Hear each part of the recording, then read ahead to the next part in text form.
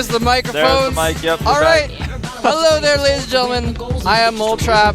Yes, I am back. He's back. Feels so good to be in this chair again, man. Well, it feels good Looking to have at you this next to fuzzy me, monitor. man. Sitting here with Wolf. This is gonna be awesome, and this is just. I'm so glad to be back. Well, today's a good day. Today to be is back. a good day to be back too, man. We've got Sweden versus Korea. Sweden versus Korea today. Every single match today, we've got a Swedish player versus a Korean player. And first up, it's going to be Jinro versus Lucky. And I got to say, Foreigner's definitely not the favorites today, by any means. No, I would say not.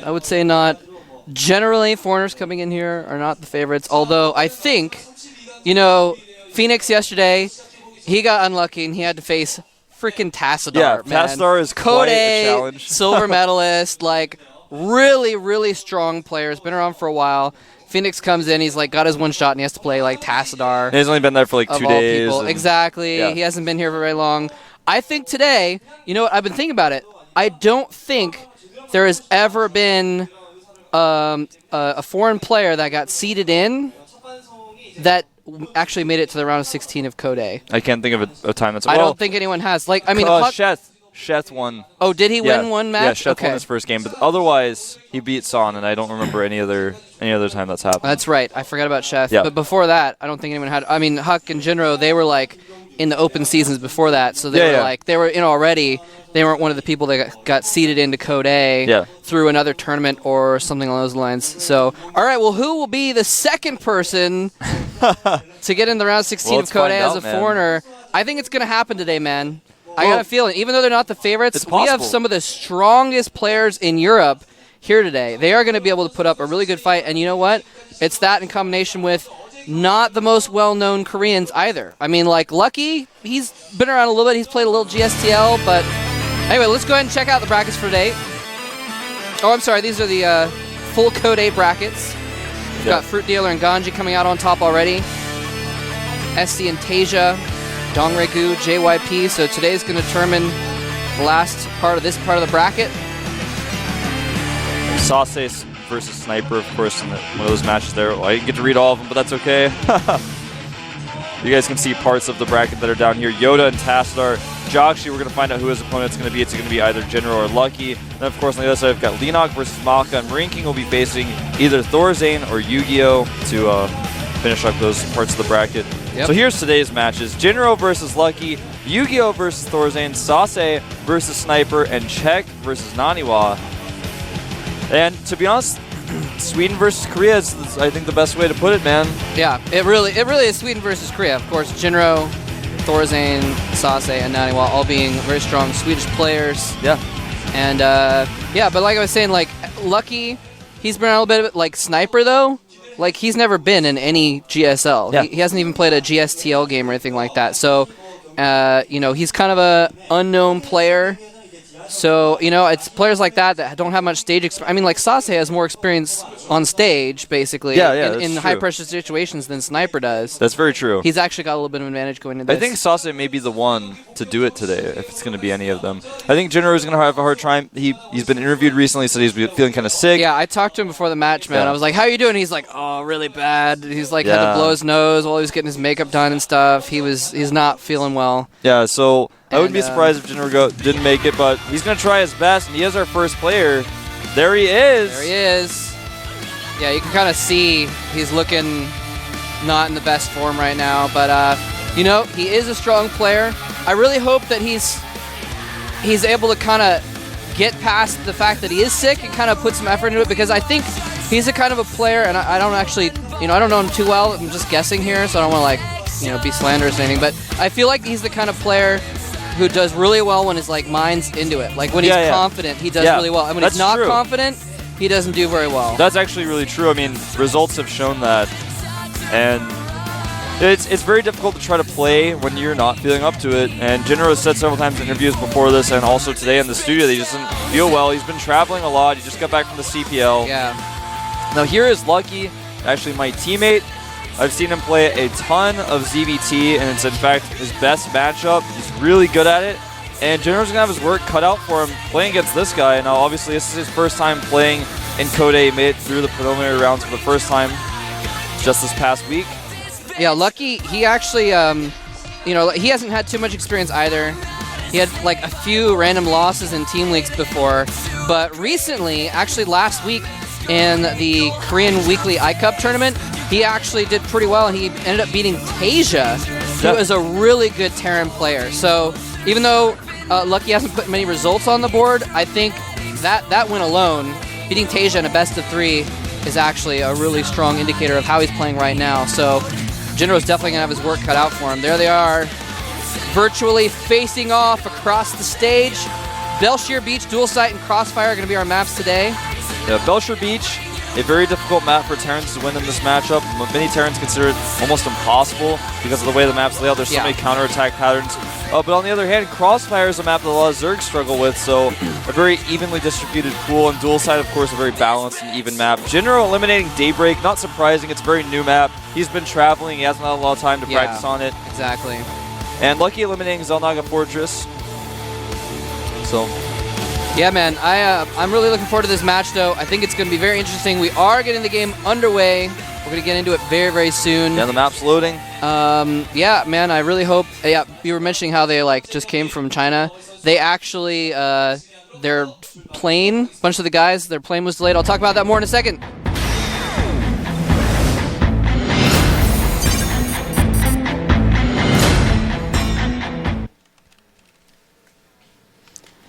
All right, here we go. Game 1 of this day of the Code A round of 32, spawning in the bottom right-ish area of the map. Belshir Beach is our first player from Sweden. Former semifinals to the GSL. Liquid Jinro. Liquid Jinro. A lot of foreign fans to see him here today. Yes, indeed. There's the man himself. And here, spawning opposite him, on the opposite side of the map, is our Zerg player. FXO Lucky. FXO Lucky. Is he going to be lucky today? Well, he's pretty lucky spawning on Belshir Beach for the first map. That's right. Anyway, go ahead. Well, I was just going to say, the only reason I say that, I'm not trying to like say the map is imbalanced, it's just that historically on this map, Terrans have had a hard time. There's a lot of counterattack paths, and the map was changed fairly recently to try to balance that out, and it was made a lot better. There were less attack waves into the natural, but still it's very difficult for a Terran to take a third against a very harassment-oriented Zerg, which is a good style. But anyway, tell your story, because I know what you're going to say, and I want you to say it. That's okay. Yeah, no, but real quick, just to add on to that, yeah, for those of you that don't know about this map, there's just a lot of different entrances, and that really lends itself well to the standard playstyle of Zerg. Zergs can do really well when they counterattack Terrans, like when the Terran moves out and they run a bunch of Zerglings in the back, that kind of thing. And it's easier to do on the architecture of this map. But yeah, what I was going to say is, a few of the guys today, I think all of them, maybe just a few of them, I'm not sure, were in China for that CPL tournament, and they got to the airport at 6 a.m. yesterday for a 9 a.m. flight, and their flight was delayed by like 12 hours or 14 hours, something like that. So they ended up being in the airport from 6 a.m. till like 9 or 10 p.m. and then flew to Korea and then like crashed at the GOM house. So they did not have all day yesterday to like practice or anything like that. So that's kind of going against them as well. And Lucky, by the way, going for a pool after his hatchery there. I think it was after. Yeah. And Jinro's finally going to go in there and scout. He's got his wall off, so he's secure against anything that Lucky might try, although he's not going to try anything right now. Yeah. Jinro just wants to check and see if he's making sure it's a hatchery first. It's pretty common to see hatch first on this map. Just wants to check and be absolutely sure. And he also wants to see if the gas has been taken quickly or not. I guess it was the day before yesterday that they gamed him, wasn't it? Maybe Yeah, it was 2 days ago. Sorry about that. That's all right. So Jinro is going to make a factory immediately here. He's got his depots positioned in such a way that he can't make a reactor there. He's going to have to move his barracks all the way back into his main to make the reactor. He's going to have to do a switch, so not a very common wall off by Jinro. That's interesting. Maybe he was worried about, because he didn't scout until a little bit later, so he might have wanted to set that wall up in case he needed to get it down really quick. Well, he's just going to be doing Reactor Hellions, a pretty common opener on this map. Usually on this map, you either see 2 barracks or you see Reactor Hellions. Reactor Hellions are very important to use on this map because you can control the watchtowers, which is so important. You have to be able to know where the Zerg is at all times on this map. You have to be able to check the extra bases. You have to be able to know if he's moving out with Lings. And Lucky, preemptively making a Spine Crawler. He actually hasn't been able to see that there is going to be Reactor Hellions, but it's a smart choice to make that spine because no matter what's coming, you can use that later. Yeah. I feel like Terrans are doing... I mean, Terrans in general are doing more Hellion play lately anyway, so that's why it's become like... You didn't used to see Zergs always put down a spine crawler, but you usually see Zergs like almost automatically put one down these days just because it's so smart with the propensity of Terrans to go to Hellions or... Yeah, and you can always move them around. You can use them in all sorts of later situations. Yeah. So, I mean, Blue Flame Hellions right now are the trend. I mean, it is becoming basically used in every matchup. It hasn't been used in TVP that much, but it's going to be used more, I think, in that matchup soon as well. Yeah. Yeah, they're starting to be really popular in TVZ and TVT. I don't think I've seen a Terran versus Terran where they didn't get Blue Flame Hellions in the first, like, 7 minutes of the game. Yeah, it's just so uncommon. The Hellions have been spotted by Overlords on the watchtowers, so Lucky now knows he's already added an Evolution Chamber to help wall up. He's positioned his Queens to block the Hellions. Nice defense.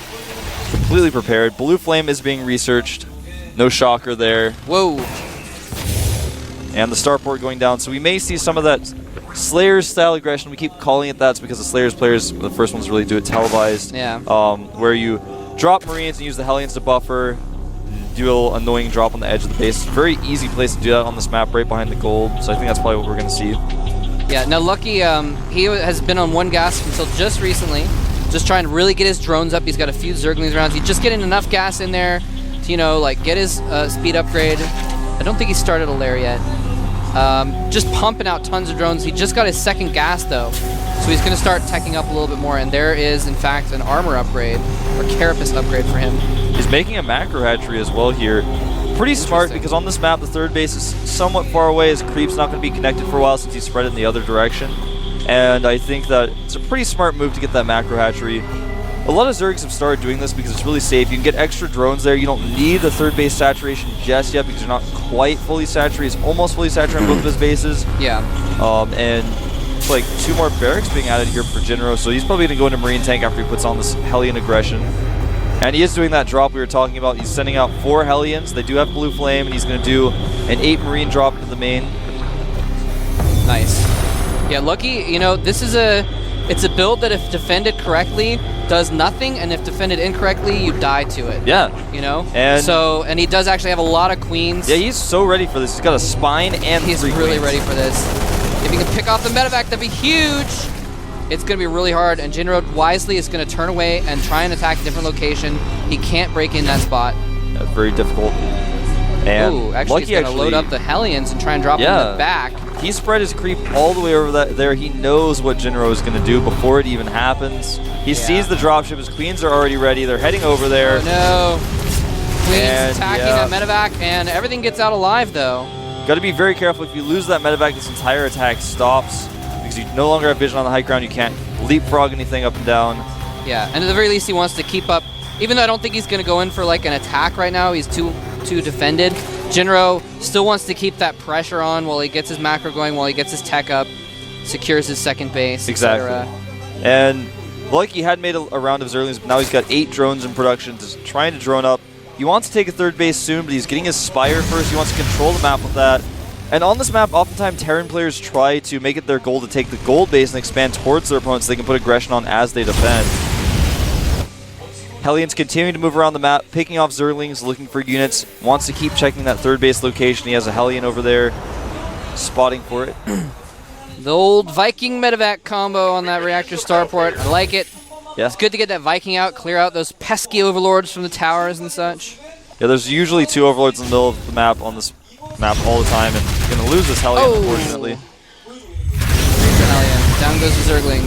He knows the overlords are at those towers as well because he has the watchtowers. You can see them, and there he goes. Going to get those. He will kill both of them, and in fact, Lucky is going to be supply blocked. Yeah, Lucky is starting to get some Mutalisks out, though. Actually, he's currently making a Mutalisk. Oh, no, there goes another one. Now he's making 9. Yeah, I guess he didn't save up the gas for it. But he has researched speed for his Banelings and Burrow, so it looks like we're probably going to be seeing a pretty normal kind of Speedling, Baneling, Mutalisk play. Yeah, and a lot of Zergs have gotten into the habit of using those Banelings and Mutalisks in combination, trying to burrow banelings and bait the Marines into the banelings. That's becoming really common now. I really like that. The mutalisks are all, oh, we're just poor defenseless mutalisks. Run away from the Marines. And the banelings are all, hey, hey, hey. Yeah, that's how it works, man. That's what they do. That's how banelings laugh. They do. They laugh like that. They laugh like Jon Stewart's impersonation of George Bush. Oh, you can imagine that, man. They kind of sound like that when they hatch. I'm like not actually joking.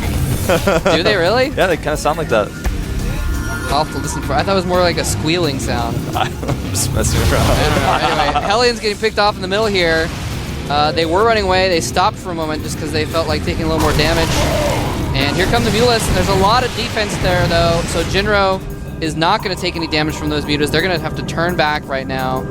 And yeah, kind of just a stalemate here at the kind of at this point. Jinro was really well defended. Lucky is really well defended. So neither player can really put too much pressure on the other right now. I like what Lucky is doing, though. He's controlling the middle of the map while he takes that third base. And Jinro, his third command center is finishing up here. He's going to want to take a third base, but it's going to be very difficult to do so while the Zerg player is this mobile on the map. You know what? I don't think Jinro has a tech lab on a factory. I don't think he's making any tanks at all. He's just not doing that. No, he's not. He's doing similar to what Boxer did yesterday. Yeah, what Boxer did yesterday. And it's a really micro-intensive style to try and play. Here comes some Stallions. Chased away by Lings. Oh no! Oh no! Oh, just to the right of those Baneling landmines. Could have obliterated Jinro's army. He does scan, checking for that kind of thing in the middle here. Whew, ooh, these Mutas going to try to bait the Marines over again. This seems almost too obvious, though. And you know what? And here he is. He's just attacking some of the Marines. He's just going after the rocks. He's not stepping under the bait. Yeah, he knows. He may suspect. I mean, this is actually something that, like, eventually, like in Brood War, Zergs would do stop lurkers. Yeah. And people started getting so good at like realizing what was going on, they would feel it. And they would realize, oh wait, he's trying to bait me in right now, and they wouldn't fall for it. Jinro is a very experienced player. Oh, catching some Mutalisks. Also scanning and killing those Banelings. A nice little attack up by Jinro. Now, unfortunately for Lucky, he burrowed his Banelings at the gold base a little too close, so Jinro actually can't land his command center. Oh, yes he can. Oh. So he is going to notice that when he builds that turret, however, that there are Banelings there. It would have been funny, though, if he actually sent his SCVs over there. That has been known to happen. That's a really clever idea, though, to burrow the Banelings preemptively at a base they haven't taken yet. Pop them out and kill the SCVs. Oh. Or kill the SCVs. Or just kill the Mutas, yeah. That works, too. Oh. Oh, Marines coming in there. Oh, no! And Jinro had such a lead, too, before this occurred. Oh, man. And that was just, you know, Jinro, like I said, he's really smart. He's really experienced. He can sense that kind of thing, but that was the most unlikely place for those Banelings to be burrowed. Yeah, and wow, losing the planetary that was morphing as well. Jinro in a commanding lead at first, now falling behind. He is going to do a drop over here, of course, force the cancel. Drop. He's going to drop one at this new base, and he's going to go to the main as well. The Mutas are a little bit out of position to stop this. He spots with an Overlord. The Mutas are not going back yet, though, so this drop is going to land in the main. There's a lot of spines, so I don't think it's going to do too much damage, but this double-pronged drop is really going to throw off Lucky, who's still fighting in the middle of the map. Yeah, but with this beautiful position here, he's definitely going to, at the very least, make Lucky cancel this base, especially with these Hellions coming over to defend the drop. He's going to have to cancel that hatchery, so small victory for Jinro, but his drop in the main is deflected. +2 weapons for Mutas, almost done. +2 melee weapons getting closer to being done as well for Lucky. Whereas Jinro getting +1 armor. His +2 weapons, though, pretty close as well. So fairly even upgrades for these guys. He got a +1 Carapace a long time ago, actually. Long time ago. Yeah. And a galaxy far away on Belgian Beach. Far away. Jinro was under an attack. Sorry. Oh, no. Oh, never mind. I thought those Banelings. Hard to tell underwater. It's actually just creep tumors. Don't worry. Oh, no! A full medevac goes down! That is horrible. Jinro already at a little bit of a supply deficit, is now down about 20 supply. Jinro being very careful with how many Marines he stims, how many moves forward. He's very nervous about the possibility of Baneling landmines. Yeah, there's so many Zerglings. Yeah. Whoa, now without the Baneling support, the Hellions are just going to fry them really easily. But there are Banelings back there now, and he's morphing like a ton more. Yeah, 17 Banelings in production right now. It's going to put him at a total of 26 Banelings. That's a lot. Jinro's going to try and take that gold again. And here's the thing. He needs to either really secure that gold or take out one of Lucky's bases, because if Lucky gets 4 bases to 2, it's going to be over. And here's Lucky taking out some forces in the middle of the map again.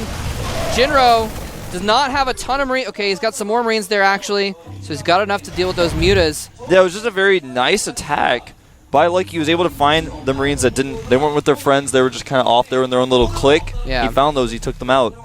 That's what you get for ignoring your friends, man. Yeah, man. You can't be part of a clique. Uh-oh. Cliques aren't good. Jinro's drop goes over to the top right base, and Lucky is not really doing too well at spotting these. Actually, he is reacting and sends some forces up a little bit later. He's going to get that drop off, and I think that drop is just doomed to failure. But going in the right side as well may take out the 4th base of Lucky while he's dealing with the drop. If he targets it down, he stims. Going for the hatchery, 500 hit points remaining, and no! 200 hit points left on that hatchery. Nice attack by Jinro at the same time. He damaged it. He killed a lot of Zerglings here. This is the scary part, though. No. This is looking really bad for Jinro. He doesn't have a lot of units. Losing these medevacs, the Zerglings just doing too much. Oh, and Jinro's entire force gets surrounded and slaughtered.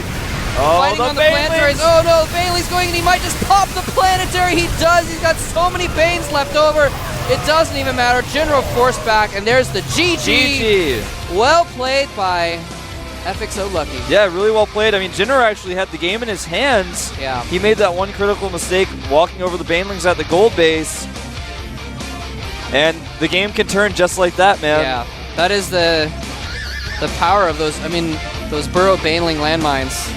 They can just do so much, especially in that, just kind of like early mid-game when you're just gearing up your macro. Losing a chunk of Marines like that is yeah. Show you talking to Lucky a little bit.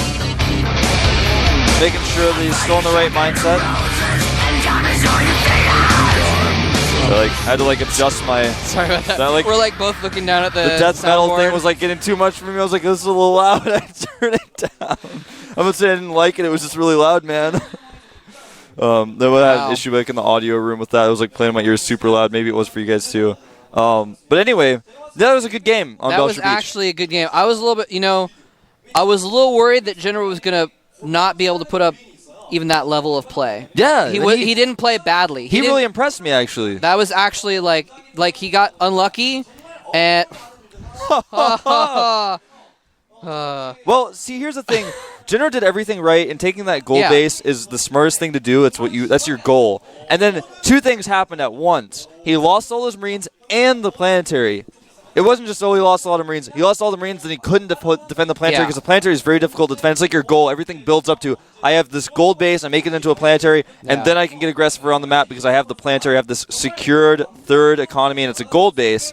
So he was, leading up to that, it's what you have to do pretty much on Belcher Beach and Terran versus Zerg, and then suddenly he lost the planetary, lost that group of Marines, and he couldn't control the game anymore. I mean, think about what if Lucky's Mutalisks had been at the other side of the map for some reason, and Jinro had 10 more seconds. The turret finishes, the planetary finishes, Jinro has a gold against the 3-base Zerg. Yeah. And he probably wins from there. So, Lucky, little unfortunate. He knew what to do, though. He was like, well, that's true. I'm going to control this situation in this way, and if you mess up, then I'm just going to I'm not trying to take away from Lucky. Yeah, Lucky. Both these guys played really well, and it looked weird because it looked like Jinro got outclassed, but it all kind of came down to him losing that planetary, and it was a very close game, very evenly matched game, I would say. Yeah, I would say so as well. He impressed me. Me as well. And we're going to go into a second game pretty soon. This is, of course, on dual site. Just the first game of a best-of-3 series, so Jinro, of course, if he plays like that and maybe scans the gold base before he moves his SCVs over there. Gotta be careful about that. Maybe make he might be able to take game 2 and bring it to a 3rd game. It is going to be on dual site.